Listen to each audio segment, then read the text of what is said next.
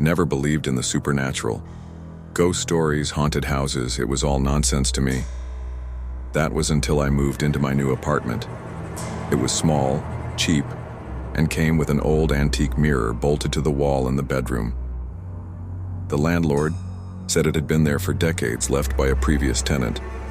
I didn't think much of it at first, but then things started happening.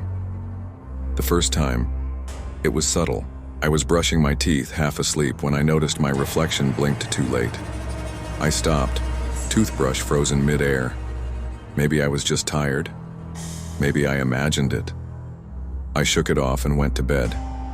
But the next morning, it happened again.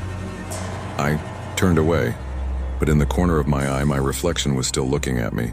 My stomach twisted. I stepped closer, examining the glass. Just an old mirror, slightly warped from age. But something about it felt wrong. Days passed, and I started feeling watched. The air in my bedroom grew heavy at night. The mirror gave me an odd sensation, like it wasn't just reflecting my image, but something else, something that was aware. One night, unable to shake the feeling, I covered it with a bedsheet. As soon as I did, the air felt lighter, as if I had shut something out. Then at 3 a.m., I woke up to a noise. A soft scratching. My skin went cold. It was coming from the mirror. My heart pounded as I reached for my phone, using its dim light to look. The sheet was still there, unmoving, but the scratching continued, like nails dragging against the glass from the inside. I should have left right then.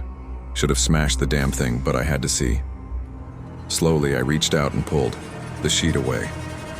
My reflection was there, staring back. Except, it wasn't me. Not really. It stood too still. Its eyes were too dark. Then, it smiled. I staggered back, a scream caught in my throat. My reflection lifted its hand, but I hadn't moved. It pressed a palm against the glass, and I could hear it, breathing. Then, it tilted its head and whispered, "Let me out."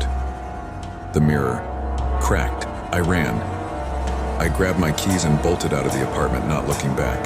I spent the night in my car, heart racing, trying to convince myself I was losing my mind.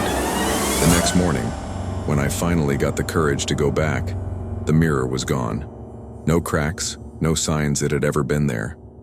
The wall where it had been, bolted, was completely smooth. I moved out the same day, but sometimes late at night when I pass by a mirror, I swear, I see something move. Something that isn't me.